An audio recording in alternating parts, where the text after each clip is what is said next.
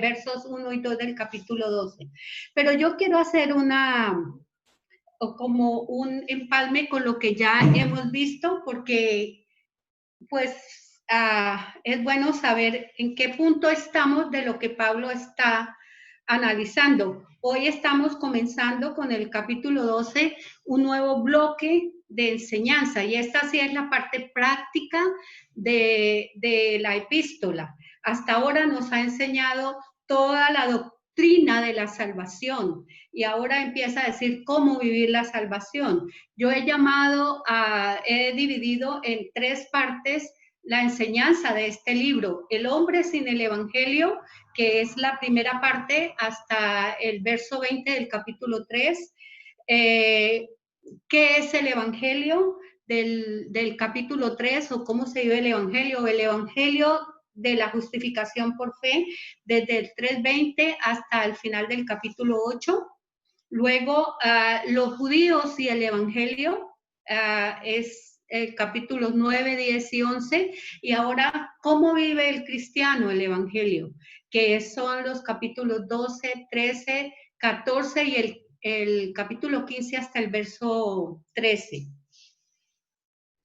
Entonces, vamos a comenzar. Hay algunas personas que no se han conectado todavía, me dijeron que iban a estar tardecitos, como Ivonne, y también Martica Telles, que está enfermita.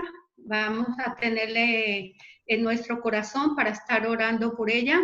Tampoco veo a Pilar y Alejandro, y tampoco a Gladys y a Jaime, ¿no? Y Patricia falta.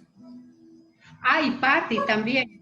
Y también quería contarles que yo sufrí un lapsus, corregí o leí no corregí porque no corrijo nunca nada, pero leí lo que Patti nos mandó y pensé en Alejandro y Pili, y les contesté como si fuera ellos. Y después me di cuenta, es Patti.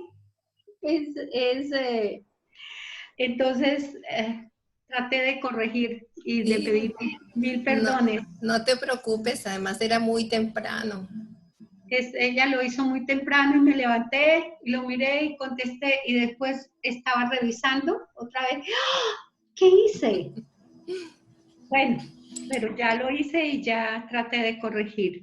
Bueno, Romanos capítulo 12. Recordemos la sección inmediatamente anterior. Era un grupo de tres capítulos 9, 10 y 11, donde Pablo está mostrándole a los hermanos judíos de la iglesia de Roma por qué fue necesaria la muerte de Cristo en el Calvario, qué fue lo que pasó con ese pueblo de Dios que había escogido para ser el pueblo de su corazón, que les decía que si se arrepienten, yo oiré desde los cielos, perdonaré su tierra, perdonaré su rebelión, son mi pueblo. Pero ese pueblo resulta que se endureció y convirtió lo que Dios había querido hacer de un pueblo que le amara en un pueblo que traficaba inclusive con su propia fe.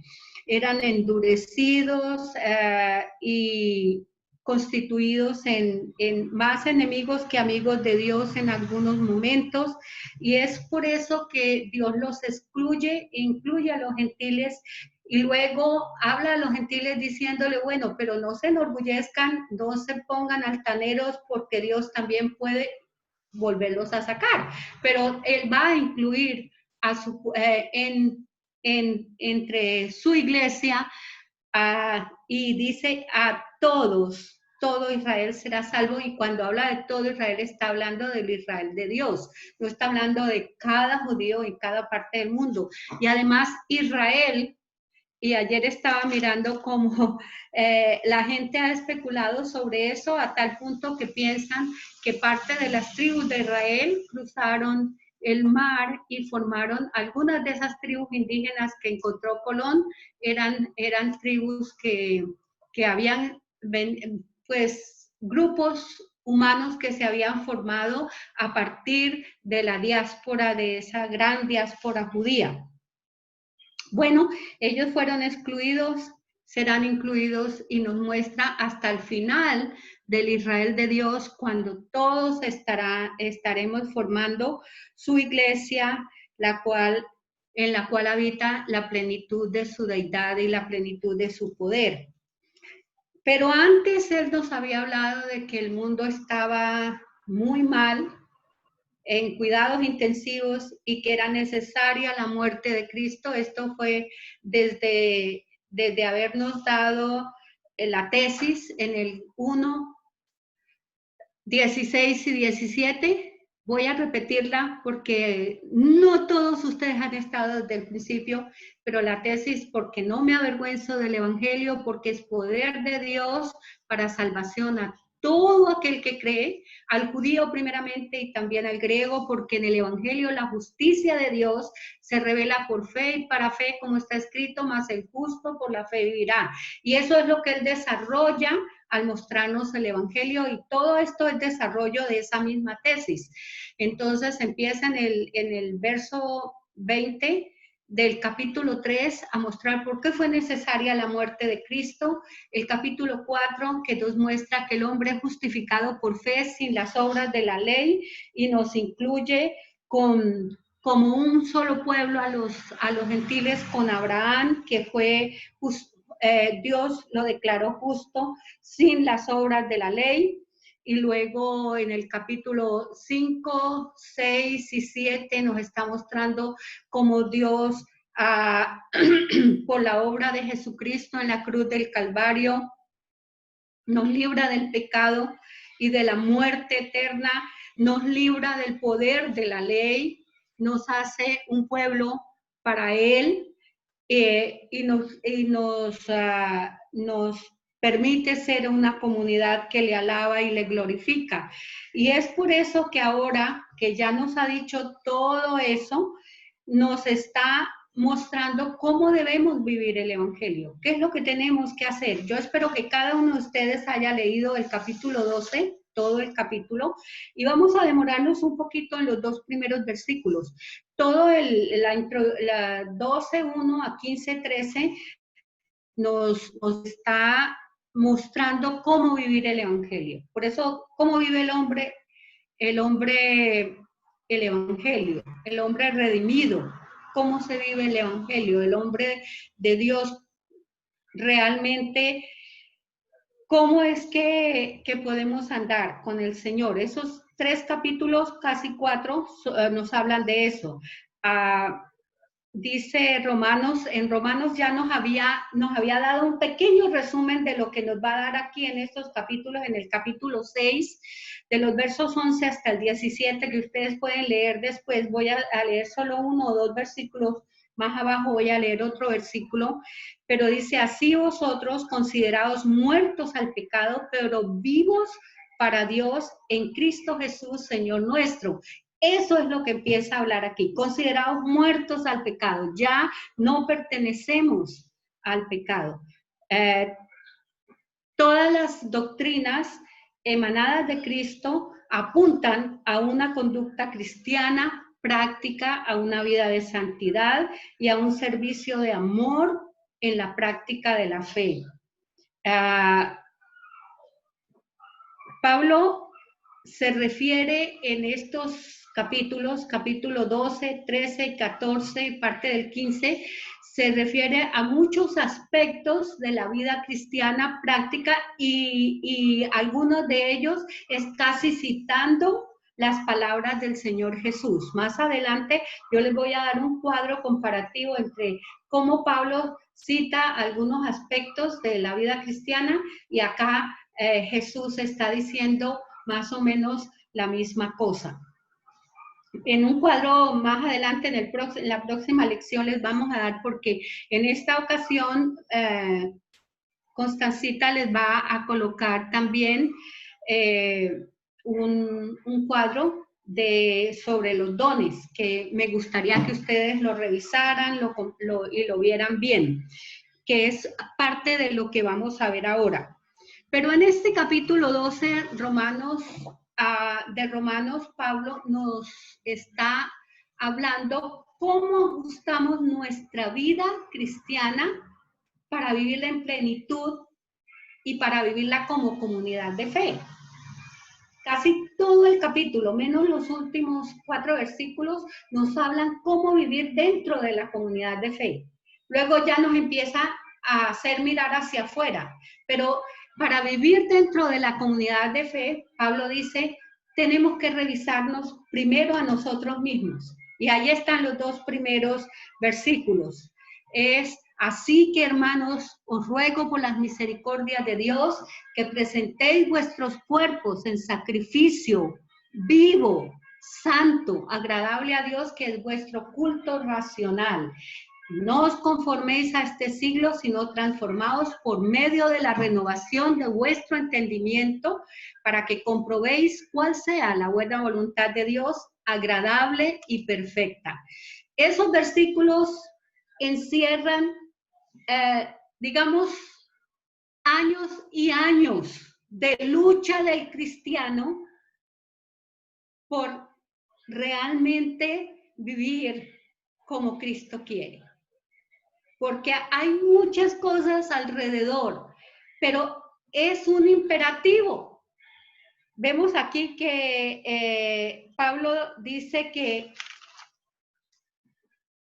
así que, de todo lo que les he dicho, que es la muerte de Cristo para hacernos más posible la salvación, esto no es aparte del tema. Es un tópico unido al mismo tema. Es una consecuencia lógica de la justificación por fe. Si tú eres justificado por fe, así que esto te corresponde. Todo aquel que ha recibido a Jesús como Señor y Salvador, esto le corresponde. Toda persona que tiene a Jesús en su vida, esto es lo primero que hay que tener en cuenta. Así que no es un tópico aparte. Pero también dice hermanos.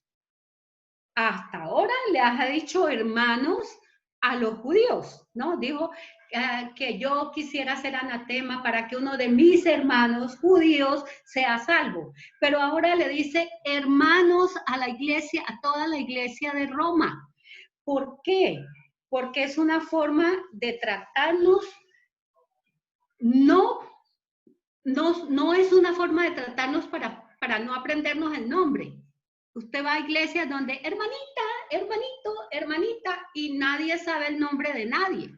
Eso no es una forma para no saber el nombre de nadie. Ni es necesario que la iglesia se diga hermano, hermano, hermana, fulanito, fulanita está bien, pero teniendo en cuenta de que sin distingo de origen, de rango, de estrato, aquel que ha recibido a Jesús como Salvador llega a ser parte de la familia de Dios y conforma al pueblo de Dios, entonces todos llegamos a ser hermanos, porque es alguien también por quien Cristo murió. Es mi hermano en Cristo. Así que este hermanos es interesantísimo, ¿no? Hasta ahora es la primera vez que le dice a toda la iglesia hermanos, porque va a hablarle al cuerpo, a la unidad de fe que forma la comunidad. Y dice, os ruego. A mí me encanta el ruego de Pablo, ese implica un carácter urgente, ¿no es cierto? Por favor, es carácter urgente, indispensable e inaplazable. Que lo haga ya. Entonces hemos visto, así que no es un tópico separado de todo lo demás que ya ha dicho. Hermanos, porque va a hablar a la comunidad de fe redimida por la sangre de Cristo. Y os ruego porque es un asunto inaplazable. No puedo dejarlo para otro tiempo, en primer lugar. Y en segundo lugar, porque es algo que si no se hace, llega a ser bien difícil, es algo imprescindible. Y ahora nos recuerda que es por las misericordias de Dios, ahora es por su misericordia.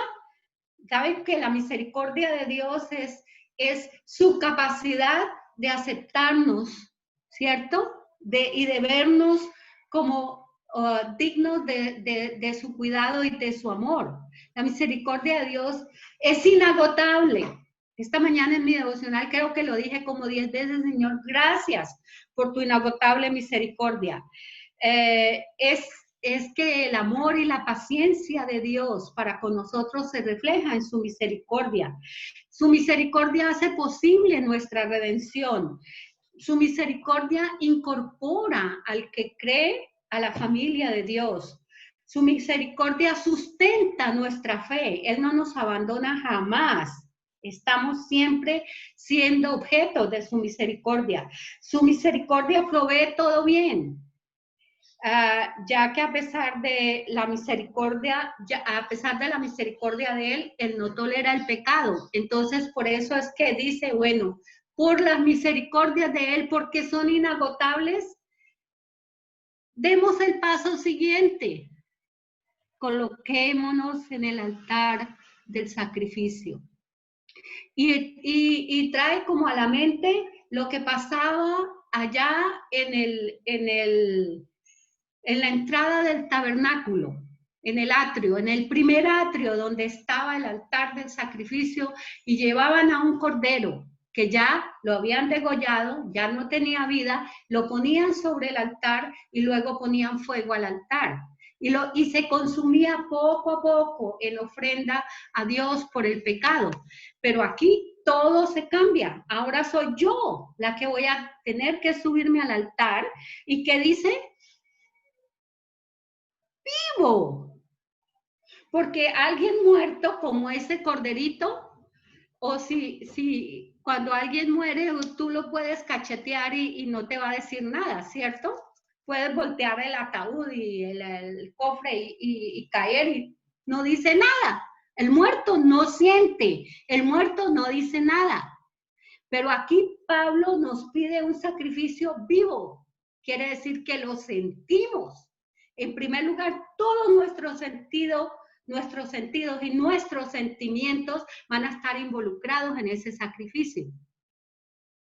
Noten que en ese vivo está diciendo, revisen toda su vida. Porque hay cosas de la vida de las cuales tenemos que desprendernos. Sacrificio vivo. Y además dice santo, separado. Algunos hicieron unos trabajos magníficos en ese aspecto. Agradable a Dios. Y está reuniendo todo lo que pasa en el tabernáculo, ¿no? La ofrenda de olor a Dios fragante y luego la llevada de la sangre hasta el propiciatorio, y que Dios estaba agradado por ese sacrificio, pero ahora es mi vida y mi cuerpo la que tiene que sacrificarse allá, vivo, santo, separado solo para Dios. Cuando vamos a veces por la calle y vemos muchos carros que dicen que Dios es mi copiloto. ¿Y dónde está el piloto? Pues no, el piloto soy yo. Y no le damos la rienda ni la forma de que Él maneje nada de nuestra vida. Él tiene que estar allí para ayudarnos. Y no ve que la gente cuando algo pasa clama y dice, Dios, ¿por qué me hiciste esto? Y todo lo malo echan la culpa a Dios. Pero resulta de que la vida no la ofrecemos a Dios. El sacrificio es vivo, es santo, es agradable a Dios. Es el culto racional. Entonces, desde una vez que nos dice que presenten sus cuerpos en sacrificio vivo, santo, agradable a Dios, que es vuestro culto racional, está hablando de que nuestra vida adora a Dios, alaba a Dios, glorifica a Dios, magnifica su nombre. La adoración no está enfocada en lo abstracto o en lo emocional o en lo místico o en lo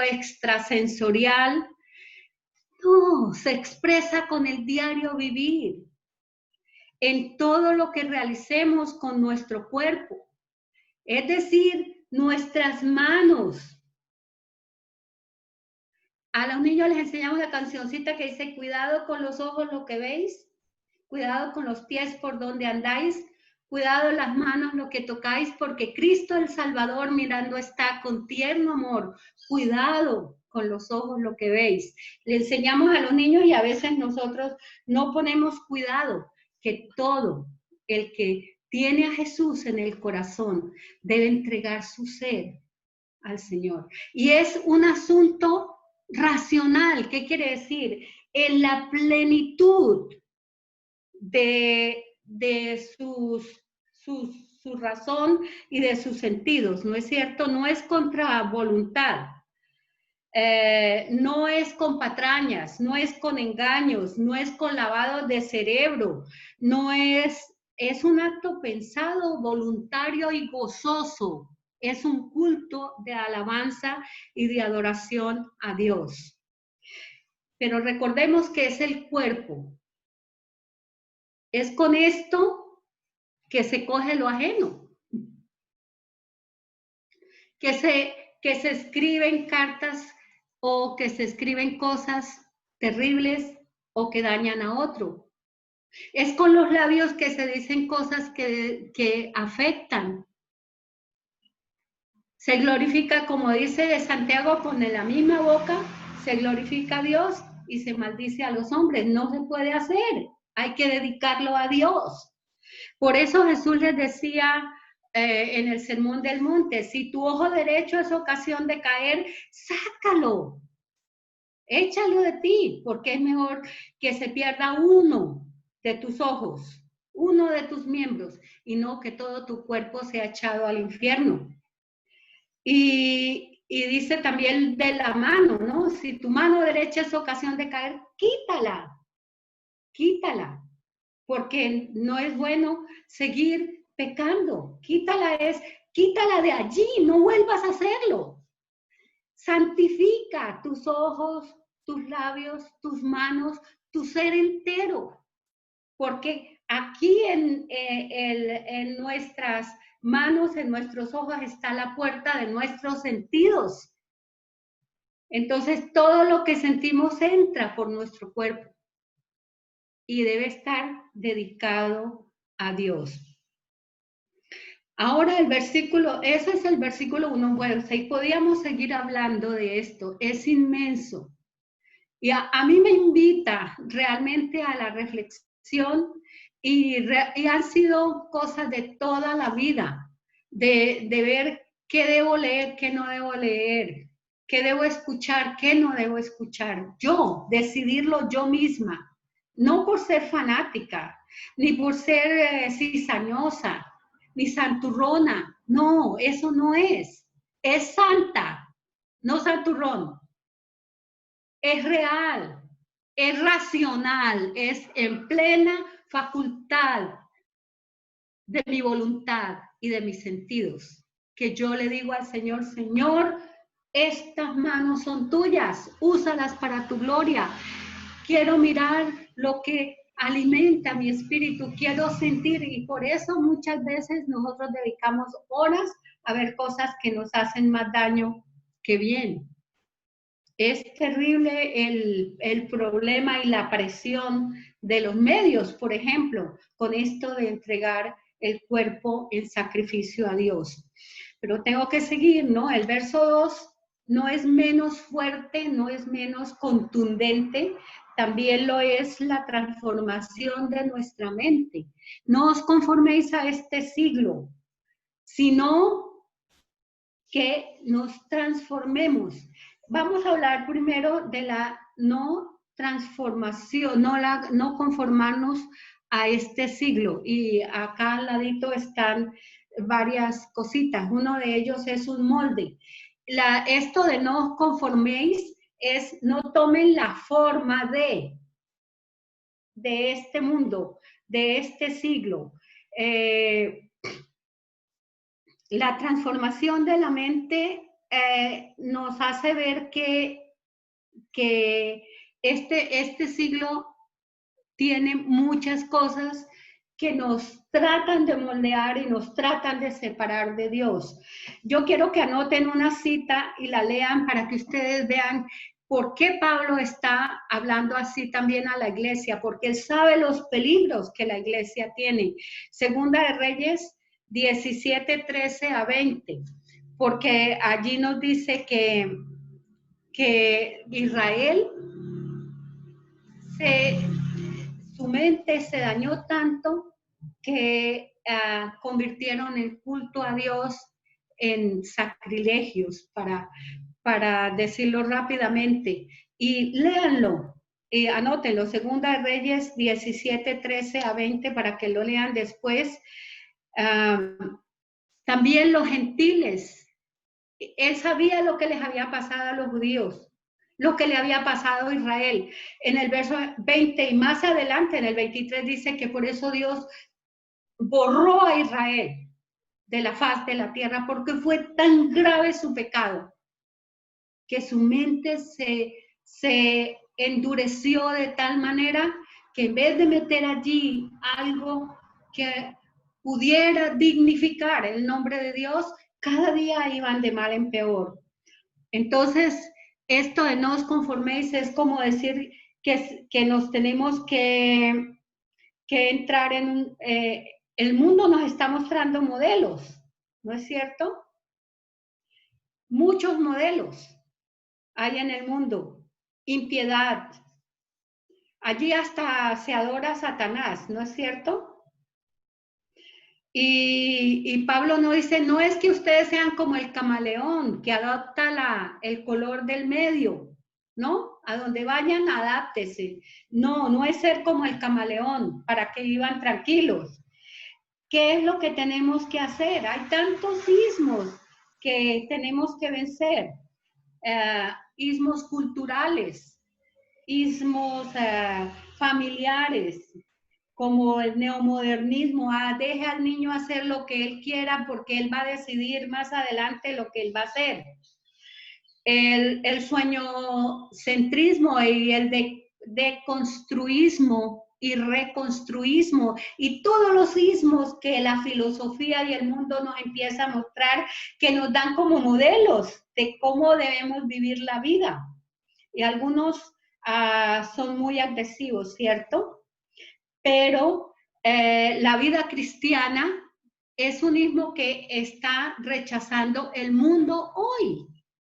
Para el mundo, el cristianismo es agresivo. Para el mundo, el cristianismo está devaluado, es invasivo, o es opresivo, o está desenfocado. Y tratan de perseguirnos por cosas como hacen mucho ruido y no se puede perturbar a las demás personas. No puedes ir a decirle a una persona en la calle que tiene necesidad, que Cristo es la solución para su vida.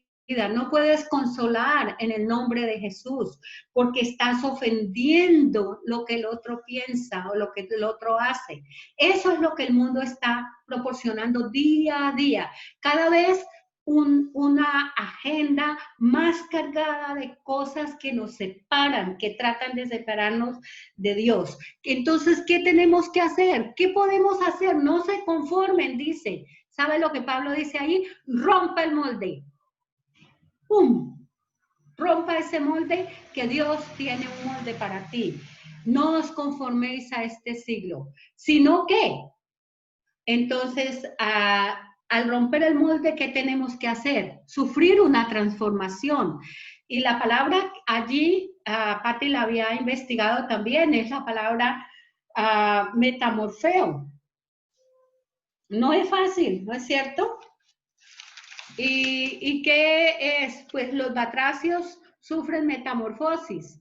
Cuando nacen, los renacuajos tienen cola, viven en el pantano y se alimentan de los insectos del pantano, que son muy chiquititos, y el hábitat es prácticamente un agua pantanosa.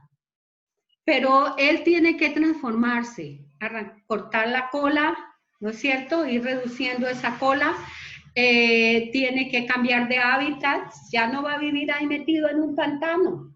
Él va a saltar y a ir al mundo libre.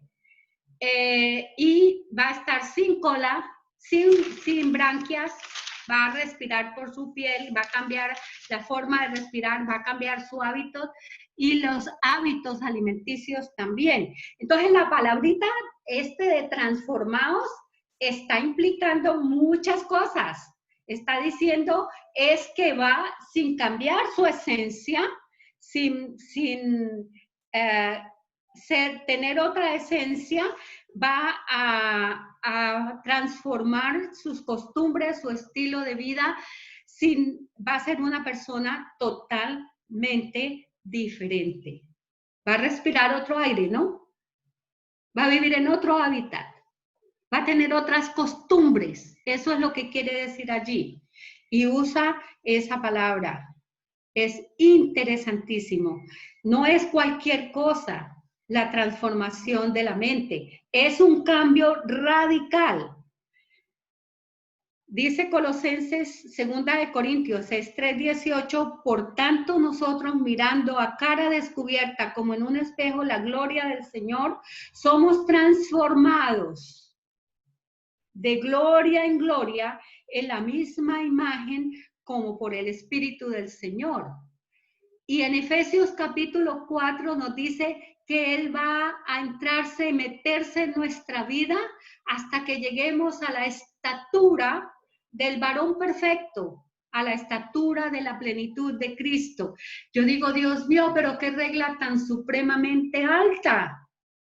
Pero eso es lo que nos pide. Cambios radicales. Es romper el molde y empezar una transformación de hábitat, ¿sí? De los lugares donde acostumbrábamos a ir, de los hábitos que teníamos, ¿no? A unos que glorifiquen el nombre de Dios, costumbres, hábitos, maneras de ser. Y Efesios lo dice después de hablarnos, esto es el nuevo nacimiento, lo que produce el nuevo nacimiento. Pablo dice que nos quitemos el vestido de inmundicia y nos vistamos del nuevo hombre creado según Dios en justicia y santidad de la verdad. Y comienza a darnos un poco de estas mismas cosas. Y nos dice que seremos realmente transformados. El que mentía ya no va a volver a mentir. El que se airaba y gritaba sandeces ya no las va a usar.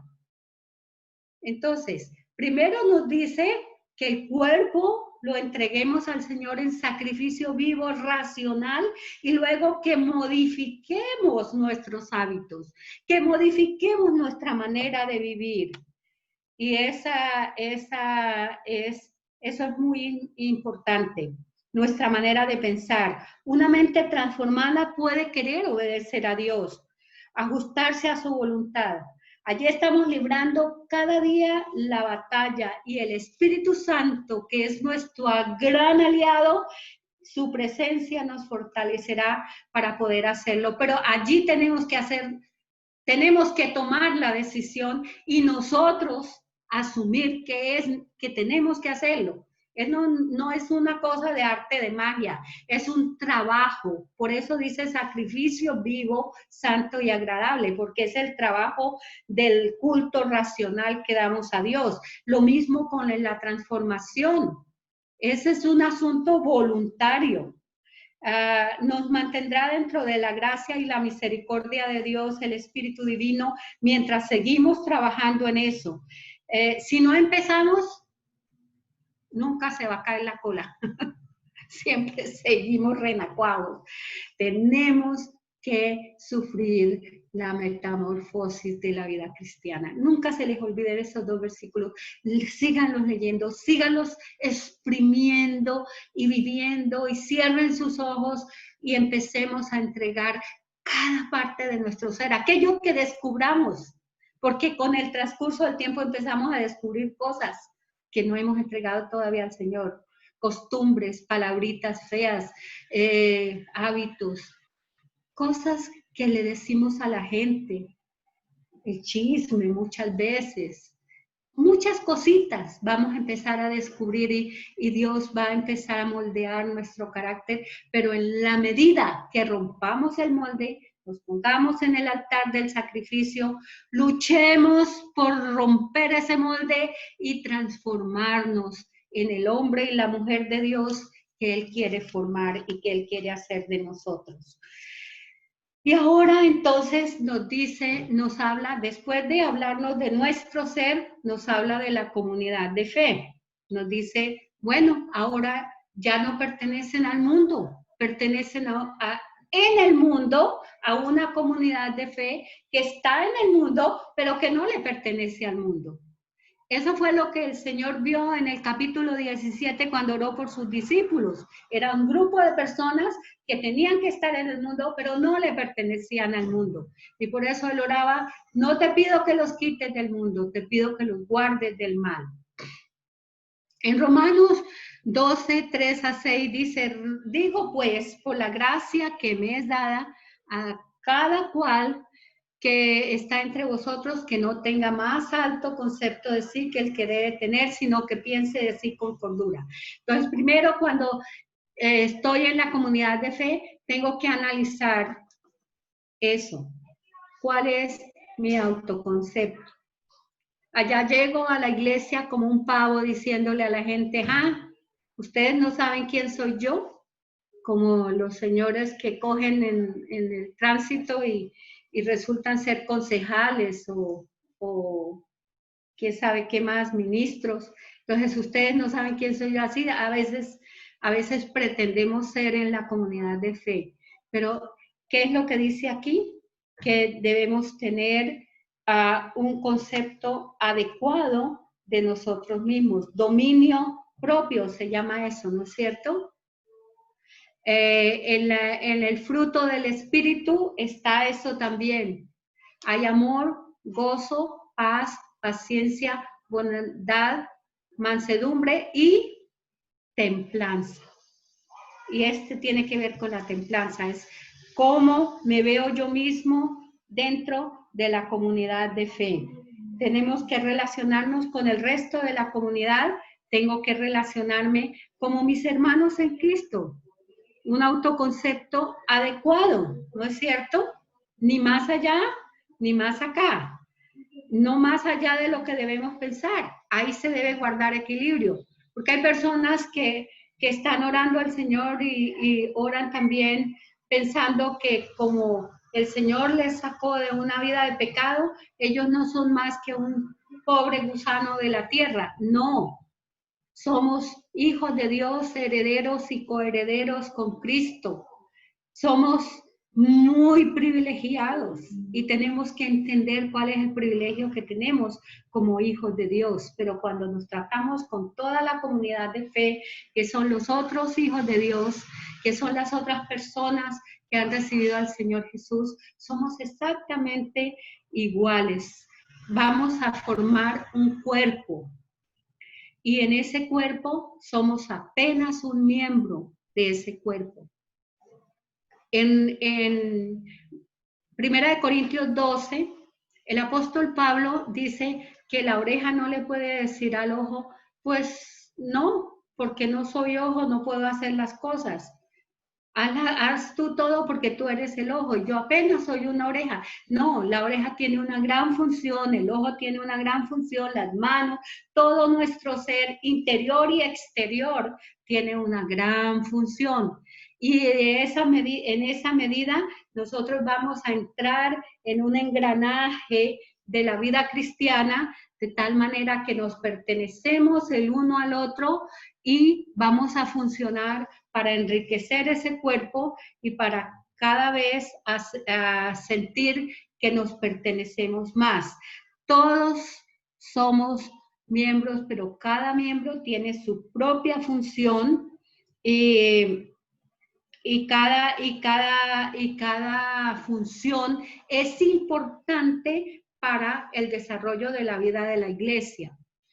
Hay veces que personas que han llegado sabiendo una profesión, Dios los utiliza inmensamente en la medida en que entran con humildad y ponen sus conocimientos al servicio de Dios, enriquecen la vida del cuerpo. Pero si vienen a imponer lo que estaba afuera, a veces la administración en la iglesia difiere en algunas cosas a la manera de pensar y a la manera de hacer del mundo. En el mundo se piensa solamente en función de producción y ganancia. Y en la iglesia, producción y ganancia es más y más vidas ganadas para Cristo y más gente atendida como hijos de Dios en el cuerpo de Cristo y más trabajo de todos los miembros de la iglesia. No hay el asunto de la iglesia es un instrumento de ganancias materiales. No hay. Y todo lo que podamos llevar y dar para el desarrollo del cuerpo de Cristo, porque una cosa tiene el cuerpo de Cristo que es bien interesante, no clasifica por estratos, no clasifica por conocimientos, no clasifica a nadie por raza, no clasifica a nadie por el lugar de donde viene. Todos somos parte de un mismo cuerpo y cuando a alguna parte del cuerpo le duele, a todo el cuerpo le duele, porque somos miembros los unos de los otros. De esta manera, por eso es importante mi autoconcepto, cómo voy a servir allí como uno de los demás, como parte del cuerpo, que este me pertenece y este también, y yo estoy engranado por la obra de Jesucristo en un solo cuerpo. Pablo también habla en Efesios sobre la unidad, porque la oreja no puede andar sola o la cabeza por otro lado. No, el cuerpo tiene que estar unido. Las coyunturas, los tuétanos, todo tiene que estar unido en el cuerpo, si no, no funciona, se muere. También en la iglesia, si cada uno hace lo que quiera por su cuenta, no vamos a funcionar, pero todos tenemos que funcionar y estar dispuestos a hacer nuestra partecita como miembros de la iglesia y como parte del cuerpo de Cristo. En Romanos, en 1 Corintios 12, dice, vosotros sois el cuerpo de Cristo y miembros cada uno en particular. Ahora sí vamos a pasar al segundo punto, que es el ejercicio de los dones. Allí hay un cuadro de todos los dones. Hay dones, los dones son las habilidades espirituales. Aquí nos dice que Dios mismo es el que nos da los dones. Y en 1 Corintios 12 nos dice que el Espíritu Santo le da a cada uno como conviene. Y los dones son las tareas especiales que el Señor nos da en el cuerpo y que nos da las habilidades para cumplirlas. Hay personas que no han estudiado para ser administradores y administran en la iglesia y lo hacen muy bien porque el Espíritu Santo está con ellos y les enseña a hacerlo, les dirige en hacerlo. Hay personas que no son licenciados en ningún área de la pedagogía y son excelentes maestros. Ojalá que todos los que son maestros de la iglesia tengan conocimientos didácticos, pero si no, también si se dedican a hacer bien su tarea con la ayuda del Espíritu Santo y con las clases que se deben dictar en la iglesia para capacitar al cuerpo, se puede lograr. En el encuentro en Bogotá, en un año que estuve al frente del Ministerio de los Niños, mi tarea más que todo fue formar a los maestros y teníamos tiempos cada domingo para estudiar la palabra y formarlos en algún puntito de la enseñanza, fuera de talleres de didáctica que siempre se enseñan en la iglesia. Y también en el seminario teníamos didáctica ya más avanzada y en la escuela de la iglesia también había didáctica, entonces hay que capacitar a veces, pero el don es esa facilidad que el Espíritu Santo pone en la mente y el corazón de cada quien para ejercer en el cuerpo de Cristo. En la lista de dones que les va a colocar Constanza en el grupo están los de Primera de Corintios 12, está de Romanos 12, de Efesios 4, de Primera de Pedro y hasta en Colosenses encontramos algunos dones. Entonces así ustedes encuentran todas las listas de los diferentes dones, están clasificados también por la forma en que se utilizan. Dice el primer don acá es el de, antes de pasar al punto 2 allá, de manera que teniendo diferentes dones, según la gracia que nos es dada, si el de profecía, úsese conforme a la medida de fe. Ese es el primer don que nos está dando allí, el de profecía. ¿Y qué es la profecía? Es hablar por inspiración divina. Algunos piensan que el que predica realmente son los profetas de este momento, no aquellos que por la noche tienen algún sueño raro y al otro día dicen que tienen revelación de Dios y luego llegan a la iglesia con unas profecías bastante extrañas. El profeta realmente es alguien quien habla por inspiración divina, no es adivinación ni es videncia. En Efesios 2:20, apóstoles y profetas son fundamentales en la vida de la iglesia. El apóstol el que sirve y el profeta el que predica la palabra.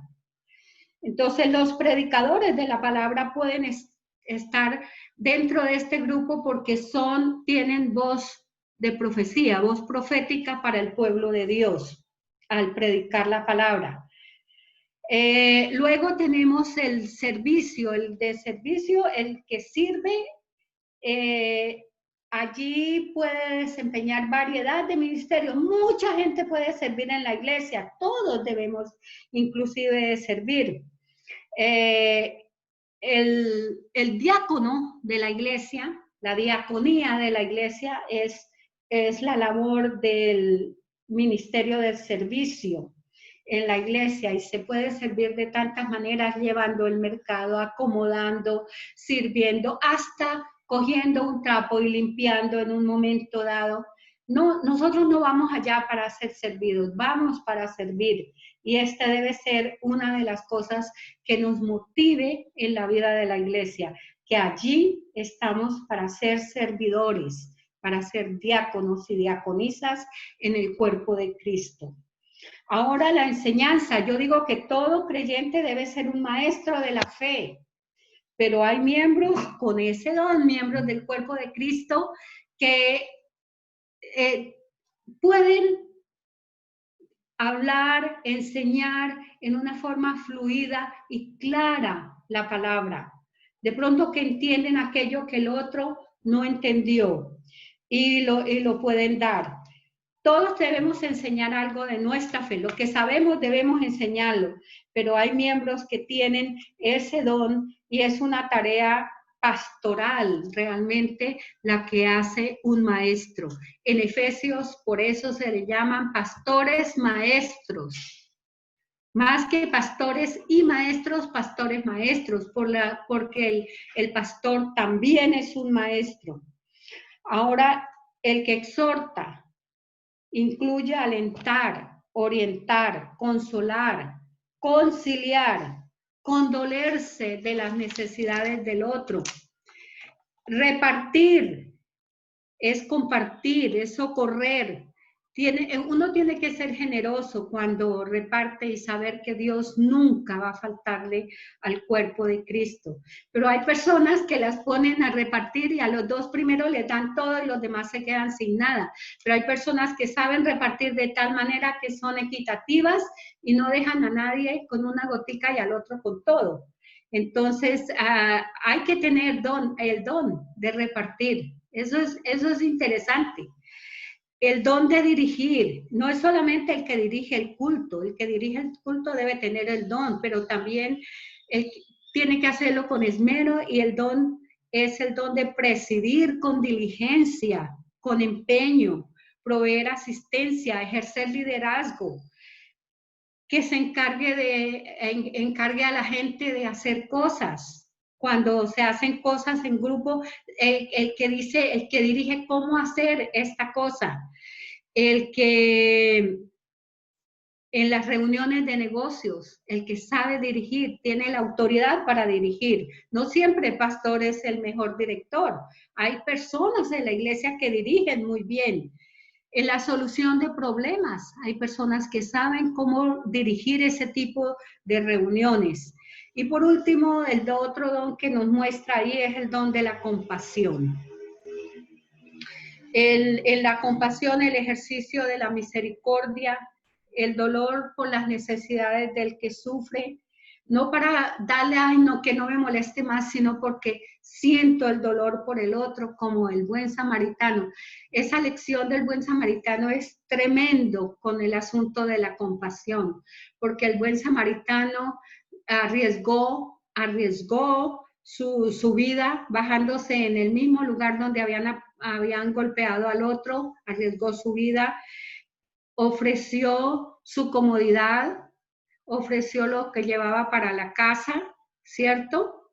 Ofreció su tiempo y ofreció su propia plata. No es que ofreció todo lo que tenía. Qué difícil es ofrecer nuestra comodidad. Qué difícil es ofrecer nuestro tiempo. Nunca tenemos tiempo. Qué difícil es ofrecer de lo que llevamos para la casa un poquito para el otro. Y Él ofreció todo eso. Ese es el don de la compasión, de la misericordia. La persona que hospeda, la persona que da con gozo. Eso es muy importante. Pero fuera de eso, la comunidad de fe, Pablo nos está hablando en el tercer punto de cómo ejercitarnos en amor. Aunque todo esto se hace con amor para el cuerpo, ¿cómo ejercitar el amor? ¿Y cuál tipo de amor? Podemos pasarlo, ¿no es cierto? Ejercitándonos en amor, en la comunidad de fe. Dice que el amor sea sin fingimiento, quiere decir que no me haga el que realmente amo, es que realmente ame. Y para amar realmente tengo que aprender a amar en los términos de Dios. Mire que el apóstol Juan dice, el que no ama no conoce a Dios, porque Dios es amor. Y si tenemos a Dios en nuestra vida, el amor de Dios va a desarrollarse en nuestra vida. El amor de Dios es el amor ágape, así se le llama, la palabra griega es ágape. El ágape o agape divino es el amor que da sin esperar nada a cambio. Es el amor de 1 Corintios 13, sufrido, benigno, que no tiene envidia, no se envanece, no busca lo suyo, no guarda rencor, no se goza de la injusticia, se goza de la verdad, todo lo cree, todo lo espera, todo lo soporta, nunca deja de ser. Ese es amor, el amor de Dios. Es que es como una explosión de la vida de Dios que fluye a través de nuestra vida. Ese es el amor ágape. Y permea todas las actividades, todas las relaciones de la vida cristiana están permeadas por ese amor de Dios. Es sincero, es entusiasta, es diligente, es paciente. Estoy diciendo lo que dice allá, ustedes lo pueden estar leyendo. No tiene pereza. Hay una lucecita en el amor de Dios que brilla y destella para darle a los demás. Es ferviente en el espíritu. No es alguien ahí apagado que va arrastrando los pies. Quiere hacer las cosas. Le pone entusiasmo, diligencia, paciencia también. Es poder andar debajo de la carga para el Señor. Fortaleza, esperanza, apoyo mutuo, todo eso tiene la paciencia también. es la práctica de ese apoyar continuamente al otro, es generosidad, es la ayuda al necesitado, es comenzar con la familia de la fe, dando para compartir, practicar la hospitalidad. Eso le cuesta a mucha gente, la hospitalidad. Ser una persona hospitalaria es saber hacer sentir a su huésped como parte de la familia, como parte de la casa. Y eso no es fácil. Creo que aquí en Cali es bastante difícil eso, porque cada persona tiene miedo, tiene sus reservas y sus recelos con otras personas. Entonces es muy difícil. Uno es muy selectivo para practicar la hospitalidad. También hay que visitar, hay que apoyar al enfermo, a las viudas, a las personas en desgracia. En la iglesia todo eso pasa. Cuando hay amor, no tomamos represalias con los demás. Tenemos compasión, comprensión, empatía, nos metemos en el zapato de los demás para sufrir con el otro, ¿no es cierto? Y también el que ama al Señor, el que tiene amor es humilde, tiende a bajarse los humos, como dijimos al principio, no dice, yo soy esto y aquello, sino el Señor me va a usar como a Él le place. No somos autoritarios ni altivos, no somos creídos, ¿no es cierto? Antes bajamos hasta el más humilde para poder ayudarle, sin ser impositivos. Este es un ideario de convivencia. Leyendo eso, como lo he dicho acá, sincero, llevar trabajar con discernimiento, con afecto, con entusiasmo, con diligencia, con paciencia, con fortaleza, con generosidad, con hospitalidad, apoyando a los enfermos, al necesitado, al que está en apuros, con compasión, con comprensión, con empatía, con humildad. El Señor va a bendecirnos.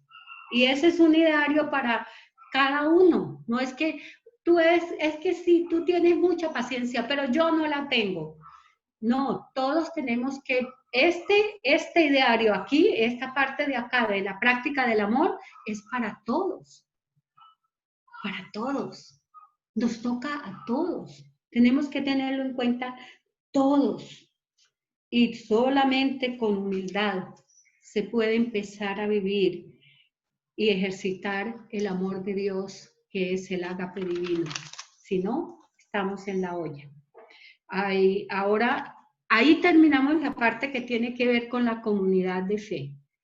Entonces, con nosotros mismos, empezando por nuestro cuerpo y nuestra mente, luego a cambiar nuestro concepto de autoconcepto, ese engrandecido que tenemos por uno que se ajuste a la medida de fe, del amor de Dios, poder ejercitar los dones en la vida de la iglesia y poder ejercitar el amor ágape. Pero también, aún a veces dentro de la iglesia o fuera de la iglesia tenemos opositores. Nos ganamos opositores, especialmente en la agenda global que tenemos hoy.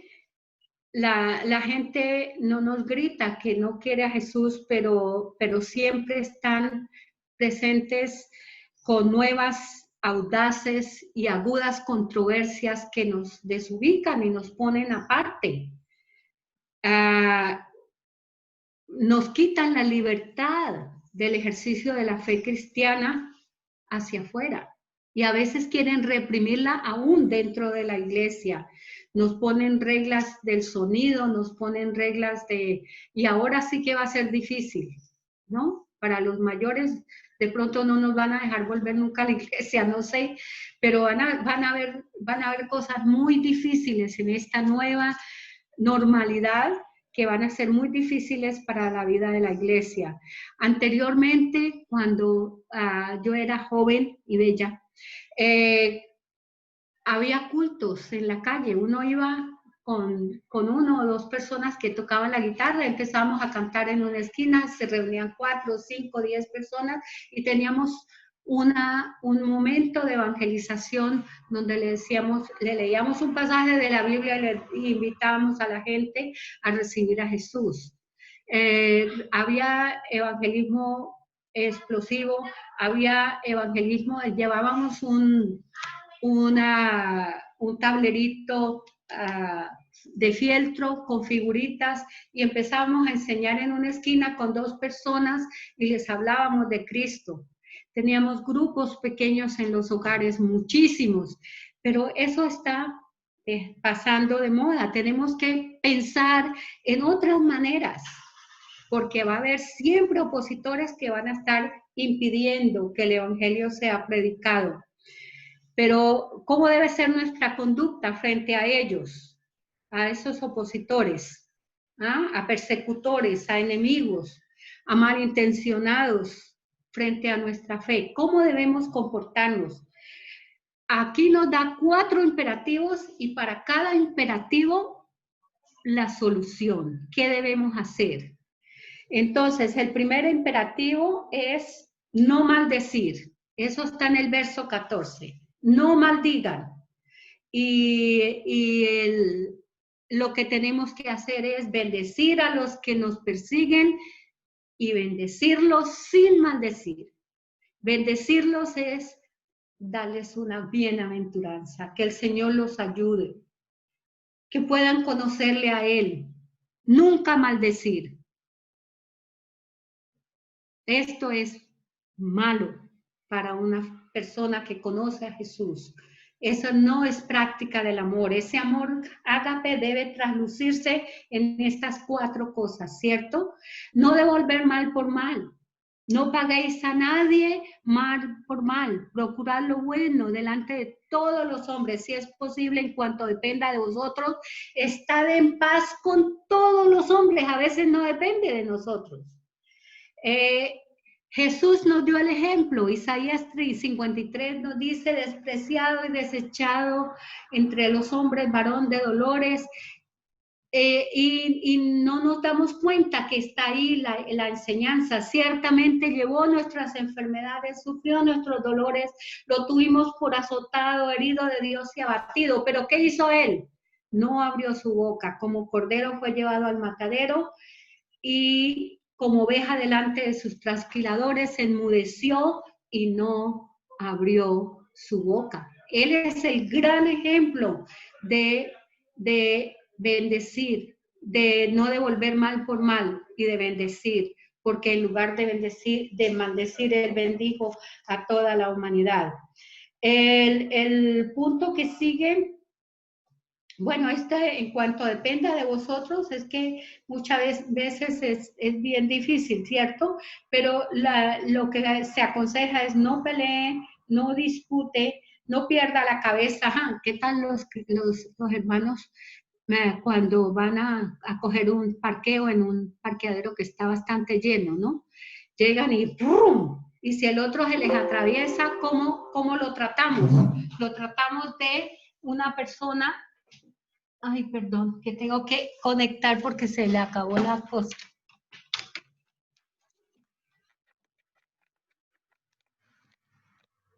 ¿Cómo tratamos a la persona? Yo recuerdo alguna vez, andando con alguien, pastor de una iglesia, saca la cabeza y dice, le dijo al que se le atravesó que era un ampón. Entonces, sí, lo trató muy mal, porque muchas veces nosotros perdemos la cabeza cuando nos agreden, ¿cierto?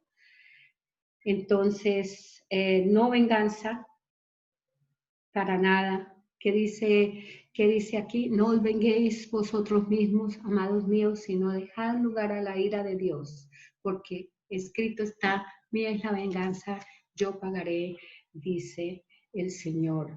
Y no digas, yo me vengaré.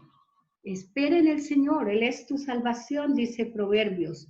Pero también Mateo dice, amad a vuestros enemigos, bendecid a los que os maldicen, haced el bien a los que os aborrecen, orad por los que os ultrajan, haced salir el sol, Dios hace salir el sol para buenos y malos, entonces ¿qué derecho tengo yo de buscar una maldición para otra persona? Si amáis a los que os aman, ¿qué bueno estáis haciendo? Nada. Nosotros nos gusta que nos quieran y nos den besitos y abrazos. Y si amamos a ellos, no estamos haciendo nada, pero si amamos al que realmente nos trata mal, esa es otra cosa. Los publicanos hacen eso, pero tenemos que aprender a amar al que nos hace o nos quiere hacer daño. Entonces, no a la venganza. Y el último, el verso 21, no dejarse vencer de lo malo. Porque dice, no dejéis vencer de lo malo, mas vence con el bien el mal. Lo malo siempre se puede estar allí al alcance de la mano, ¿cierto? El palo, lo que sea para hacer daño, las cosas que pasan por la mente. El enojo tiene muy malos resultados muchas veces, pero el encomio es a no dejarnos vencer. Ese caso de Eliseo es que unos reyes estaban persiguiendo a un rey en Israel, antes de la caída de Israel. Eliseo fue profeta en ese territorio y entonces Eliseo se dio cuenta y les pusieron una trampa y ellos llegaron hasta Samaria, que era el territorio central del territorio de Israel, y se reunieron toditos allí. Y entonces los siervos de Eliseo le dijeron, Señor, están todos aquí y están encerrados, ¿los matamos? Entonces, ¿qué dijo Eliseo? No los mates, matarás tú a los que tomaste cautivos con tu espada y con tu arco. Pon delante de ellos pan y agua para que coman y beban y vuelvan a sus señores. Entonces se les presentó una gran cantidad de comida. Cuando habrían comido y bebido, los enviaron de regreso hasta sus señores. ¿Y qué es la respuesta de ellos? Nunca más vinieron bandas armadas de Siria a la tierra de Israel. Qué hermosura, ¿no? Ese ejemplo de Eliseo es supremamente hermoso. Y Proverbios nos dice que si el que te aborrece tuviera hambre, ¿qué? Dale de comer. Y si tuviera sed, dale de beber, porque ascas de fuego amontonarás sobre su cabeza. Y eso es lo que cita Pablo en ese versículo. Entonces, el Señor es el que paga, el Señor es el que tiene en cuenta eso. Fíjense, 4 cosas que no debemos hacer y 4 cosas que sí debemos hacer con aquellos que son nuestros opositores. Siempre vamos a tener opositores, tengamos en cuenta eso. Bendecir a los que nos maldicen, no volver mal por mal, procurar hacer siempre lo bueno con los demás, no vengarnos, no dejarnos vencer de lo malo, sino devolver bien cuando nos hacen mal. Esa es la vida cristiana. No es fácil, ¿cierto? Es dura. Ese es el capítulo 12 y que el Señor nos ayude porque tenemos que trabajar en esto. No es una opción ni es un capítulo para empaparnos de lo que dice la Biblia. Es un mandato, es un encomio, es una palabra de ruego, de súplica que tenemos que realmente ponernos en el altar y empezar por allí para poder hacer todo lo demás. ¿Se imaginan ustedes si no estamos en el altar, cómo vamos a hacer con el que nos persigue o el que nos maltrata? Pues difícil, ¿no? Y nunca se les olvide el caso de Eliseo. Hay que leerlo, ir allá y leérselo bien. Todo ese capítulo 6 es bien interesante de Segunda de Reyes. Señor, te agradecemos por tu palabra. Es profunda, es inmensa y es retadora. Gracias, Señor. Ayúdanos, por favor, que al conocer esta palabra la podamos vivir. Muéstranos por tu Espíritu Divino cuando estamos fallando, Señor, para corregir nuestros pasos y poder ser útiles en el cuerpo de Cristo, para que el mundo sepa que tú vives y reinas por los siglos de los siglos. Amén.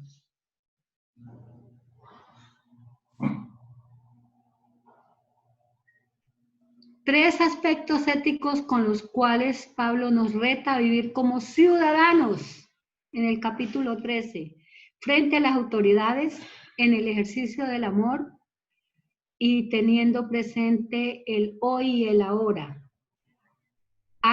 Tomen un solo de estos puntos y desarrollenlo preguntándose a sí mismo o preguntándonos a nosotros mismos, ¿cuál me cuesta más? A veces pagar las deudas cuesta mucho, ¿cierto? Entonces, esa es la tareita para